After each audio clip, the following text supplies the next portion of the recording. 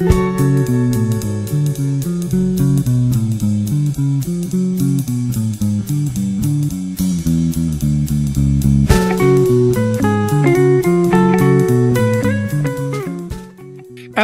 25, How to Get More Laughs, the Dynamics of Comedy. Welcome back. I'm glad you're spending some time with me today. Hey, I want you to go back in time and remember the first concert you ever went to. Can you remember it? Now, I'm guessing it was probably a musical group. Am I right? Maybe a rock band or a folk group or a symphony or a blues concert. I'm talking about the one where you bought the ticket, though, not something that you went to as part of a school thing. No, this was your choice. Well, for me, way back in 1968, when I was 18, my first concert wasn't a rock group at all. Although at the time, the Beatles and Rolling Stones and the Doors were pretty big. But for me, it was a Bill Cosby show at the Blackstone Theater in downtown Chicago. Now, back then, he was the top comedian in the country. I mean, he was a big hit. And what I loved about his comedy was that he was a storyteller. He didn't do jokes. Now, one of the bits I remember the most, he was really famous for this one, was his story about Noah and the ark from the Bible. So here's the setup. He imagines a conversation between God and Noah, where God says to Noah, "Noah, I want you to build an ark 80 cubits by 40 cubits by 30 cubits. And Bill Cosby stands there and he pauses and he's looking around. He's trying to figure out, where is this voice coming from? Where is God coming from? Where is he coming from?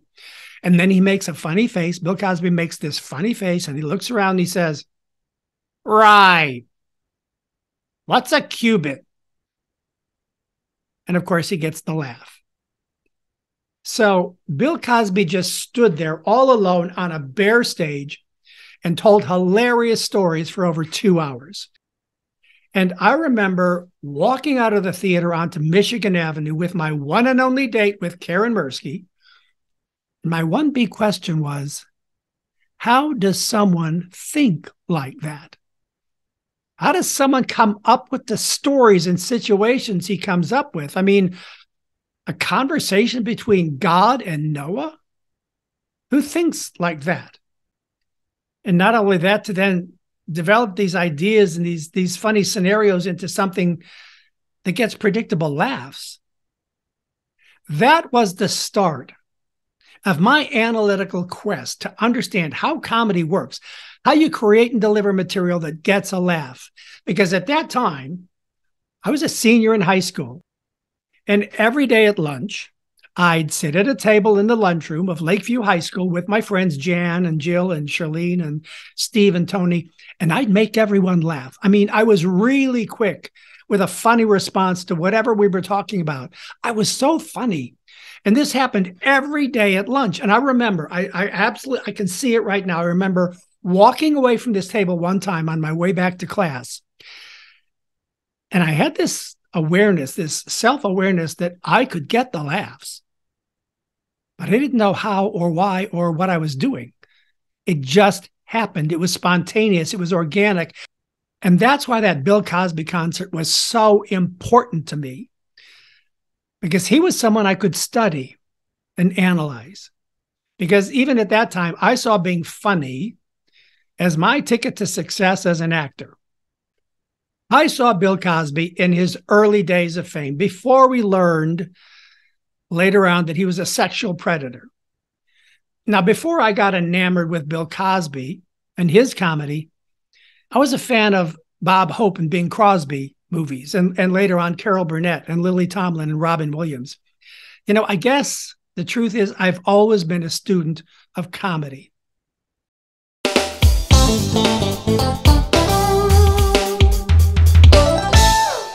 Welcome to the Storytelling That Sticks for Business and Life 20-Minute Podcast. In this episode, we're going to talk about comedy, what it takes to get a laugh. And I don't mean by getting lucky with an ad-lib. I'm talking about a predictable laugh that you planned on getting. By understanding the dynamics of comedy, of delivering a funny line or developing a story that goes from kind of funny to hilarious. because I learned very early on that there are 3 things you need to do to engage an audience, especially if you want to get paid to speak. You need to make them laugh. You need to make them cry. You need to make them think. Okay, let's get into it. How to get more laughs, the dynamics of comedy. Now, while I said there's 3 things you need to do, make them laugh, make them cry, and make them think. Okay, well, maybe 2 out of 3 are essential. Make them think and get some laughs.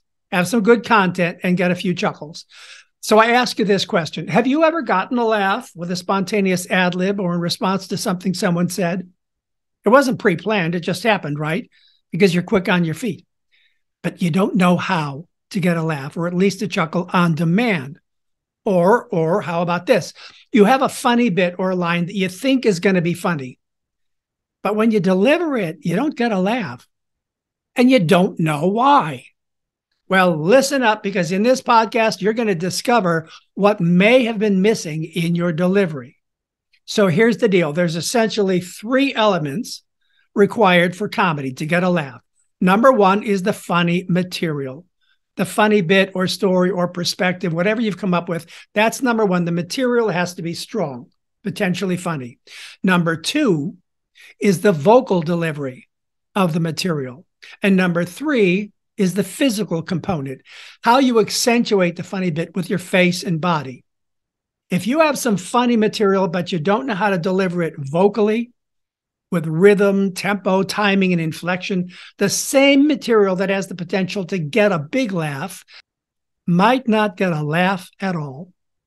For comedians, timing is the practiced ability to know when to pause and for exactly how long to hold it. For them, timing is like the syncopation of music. It's like word jazz. When it works, comedic timing is the interplay of inflection, gesture, pacing, attitude, volume, and rhythm. Now, when I'm coaching a student, I may work on their timing of a phrase or sequence over and over again until the student feels the rhythm of the timing. It's impossible to do this on paper. You have to feel it, to hear it, to get the attitude and volume just right. And I got to tell you, volume is a huge part of comedy. The more you study comics and funny people on TV and sitcoms and in stand-up stuff, the more you realize they get loud a lot. So here's what you can do to improve your comedic timing, and it's a lot of fun. And this is your homework, okay? I'm going to give you some homework. I want you to go on YouTube and do a search for your favorite comics and funny TED Talks. Now, Bill Cosby's Noah's Ark story is there. I want you to watch it, study it, and you'll see how he uses timing, facial gestures, and attitudes to get the laughs. The link to that video is in the show notes. Now, another funny man, a guy that's just hilarious, is Rowan Atkinson. He's a British guy, and he plays Mr. Bean in his movies. Well, there's a video of him doing a stand-up act where he is the devil. And in the comedy bit, he's conducting an orientation for all the new arrivals in hell. And, of course, the audience that is listening to this gets to play the part of the new arrivals, whether they like it or not. You'll see that he has his own unique rhythm, tempo, and delivery. But once again, it all starts with the material, the premise. And the premise is he's the devil and you've just arrived in hell. Now, for physical comedy and vocal delivery, especially the use of exaggeration and volume, watch Robin Williams in action. He was the most intense and insane comic out there. But what I learned about Robin is that what appears to be spontaneous and out of control genius is actually a carefully conceived and executed piece of comic theater. Now, the video I'm referring to you is based on the premise of him being a new father, his reaction to being a new father. Every line, every move, every gesture is calculated to get a laugh. The link is in the show notes. Now, there's also a foundational principle in comedy called setup and payoff.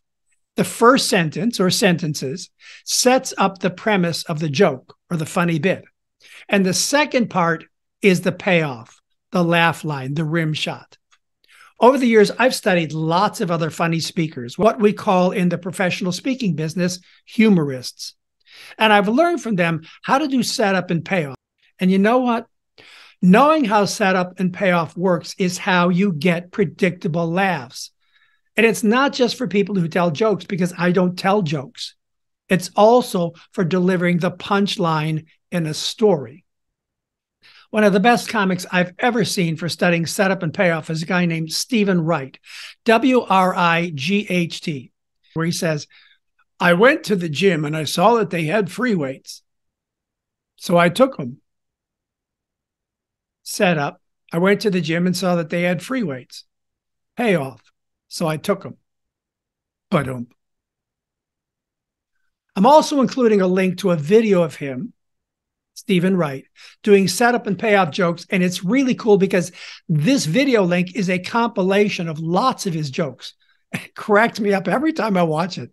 I just watched it before I did this, and it just cracks me up. Now, you're probably wondering about funny stories, like my streaking story. I call them Imbroglio stories. An imbroglio is an acutely embarrassing situation or semi-disastrous incident or misunderstanding, a comedy of errors. One of the masters of this type of story is a woman named Jeannie Robertson. She just passed away. She's a tall Southern woman who can tell a funny story like no one I've ever seen. And she tells long stories. She embodies all of the elements of storytelling comedy. Her material is strong.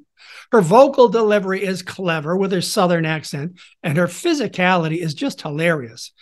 I'm including a link to her YouTube video titled, Don't Send a Man to the Grocery Store.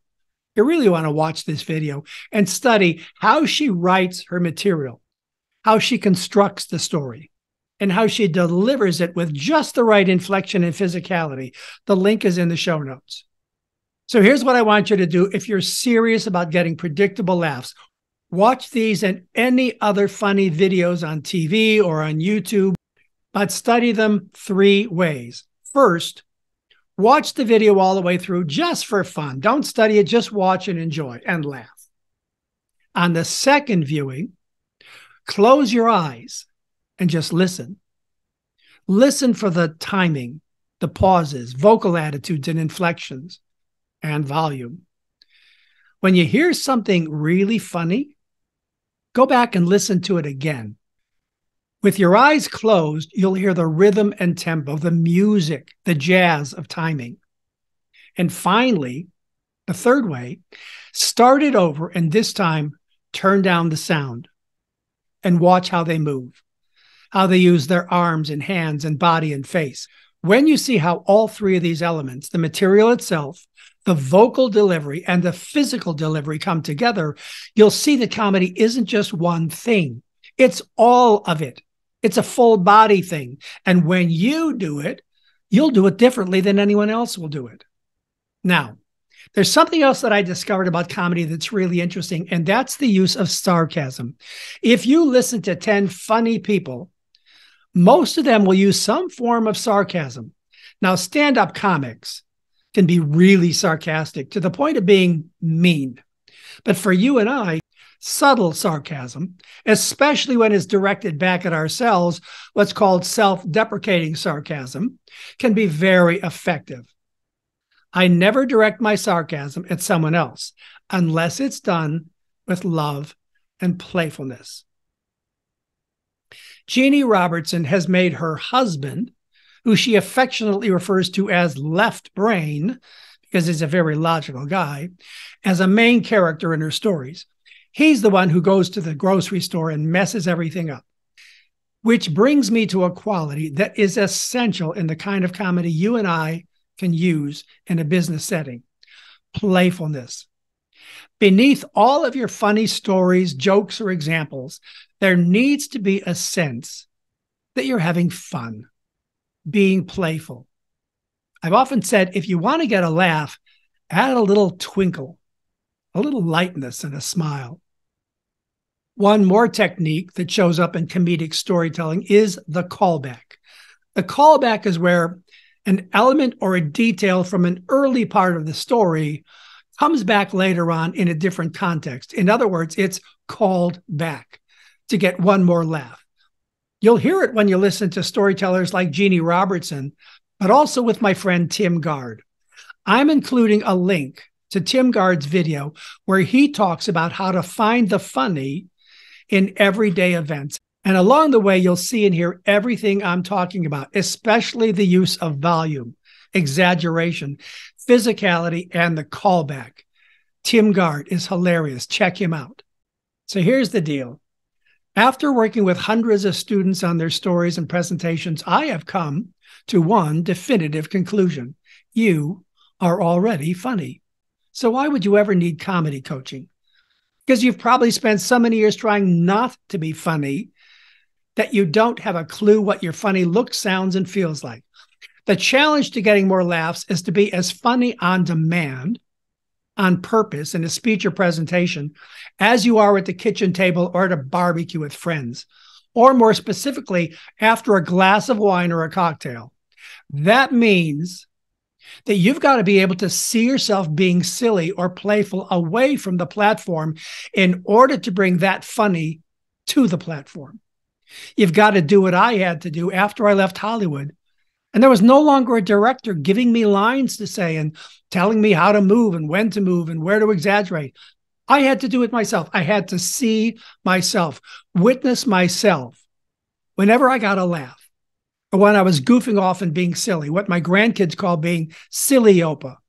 Opa being another word for grandpa. Silly Opa, silly Douglas. Once I could see myself when I got a laugh, see it and feel it, I had to capture it. And to do that, I had to be objective about my neurosis. I had to catalog my quirks and capitalize on my silly, quirky, physical and vocal brand of insanity and silliness. In other words, and here we go again, I had to love myself and let them watch. No brag, no apology. This is who I am. This is me being me. I hope you like it. All right, let's go. In other words, you must be able to see yourself as the world sees you because you are funny. Come on now, you are. And now, having learned all this stuff, you know how to be funnier, am I right?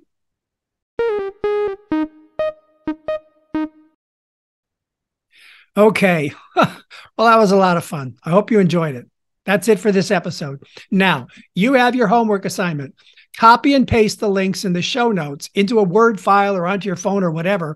And when you have some time, when you're sitting in row 9A for 2 hours, or in the Marriott Miami, or on a layover at the Frankfurt airport on your way to Lisbon, or when you sit down to work on your next story, watch the videos and laugh and learn. Take notes.